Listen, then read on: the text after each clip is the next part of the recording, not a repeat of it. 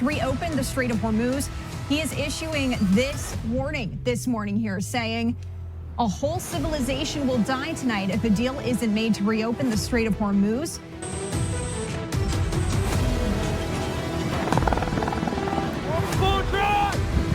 At the moment Israel uses a nuclear warhead against any other country, including against Iran, it will be the demise of Israel as a country, as a state.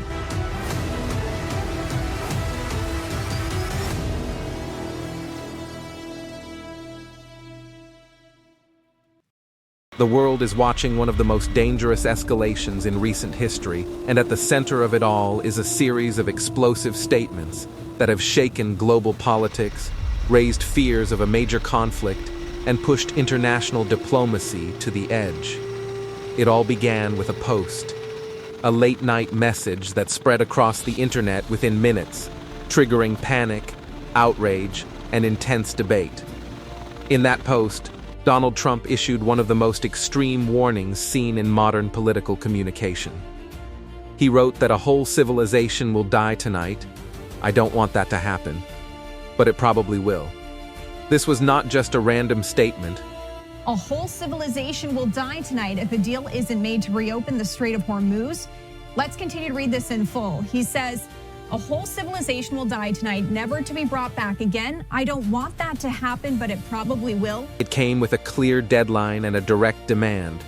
Trump demanded that Iran immediately reopen the Strait of Hormuz, a narrow but extremely critical waterway through which a significant portion of the world's oil supply passes. By linking this demand with a strict deadline, he turned an already tense situation into a high-stakes global crisis. But the warning did not stop there.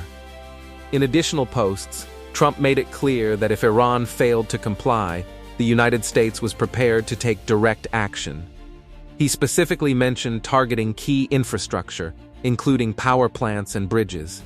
Where every bridge in Iran will be decimated by 12 o'clock tomorrow night, where every power plant in Iran will be out of business, burning, exploding, and never to be used again. I mean, complete demolition.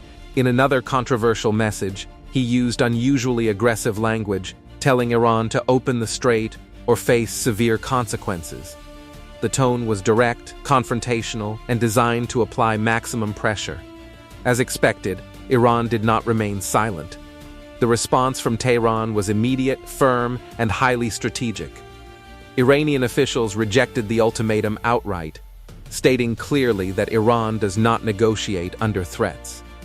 A spokesperson from the foreign ministry emphasized that such pressure tactics have been used for decades, but have never forced Iran into submission. But Iran did not stop at rejection. It issued a very serious warning. Iran's military command made it clear that if its power infrastructure or energy facilities are attacked, then the response will not be limited.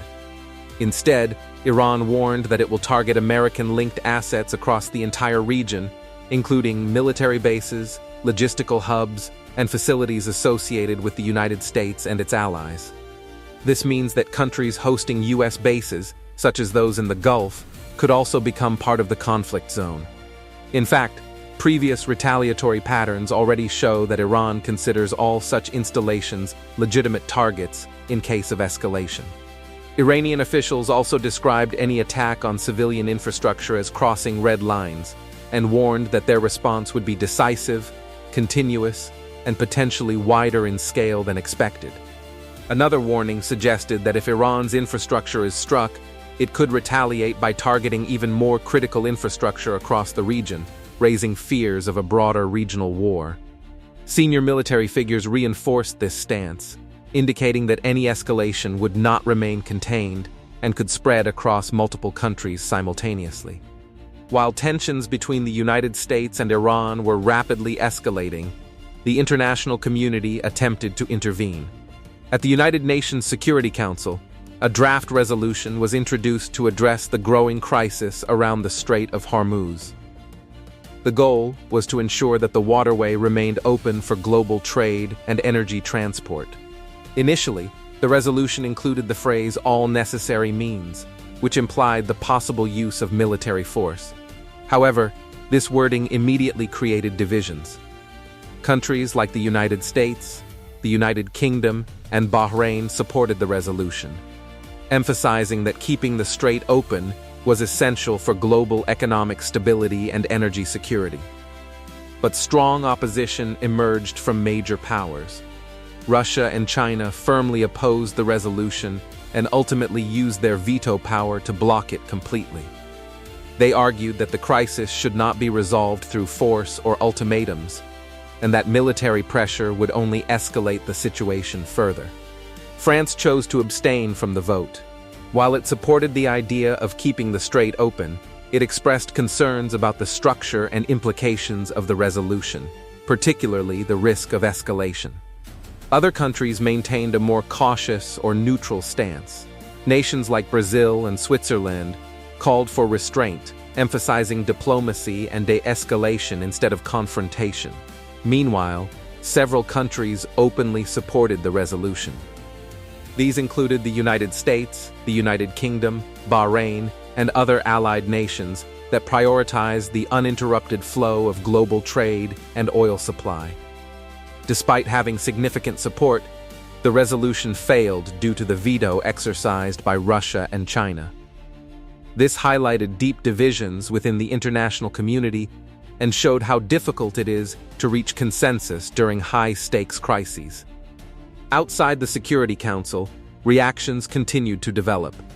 Countries such as Germany, Italy, and Spain clearly stated that they would not participate in any military operation related to this conflict. They emphasized that this was not their war and called for immediate de-escalation. Similarly, Japan and South Korea expressed concern about energy security but avoided taking any aggressive stance. This divided global response reflects the complexity of the situation. On one side, there is pressure to secure global trade routes and prevent economic disruption. On the other side, there is a growing fear that any aggressive move could trigger a much larger and uncontrollable regional war. What makes this situation especially dangerous is the combination of multiple high-risk factors, a strategic choke point, direct threats to national infrastructure, a defiant and prepared response from Iran, and a deeply divided international community. This is not just a political disagreement. It is a moment where every decision carries serious consequences. A single miscalculation could trigger a chain reaction, drawing more countries into the conflict and destabilizing an already fragile region. As the deadline approaches, uncertainty continues to grow.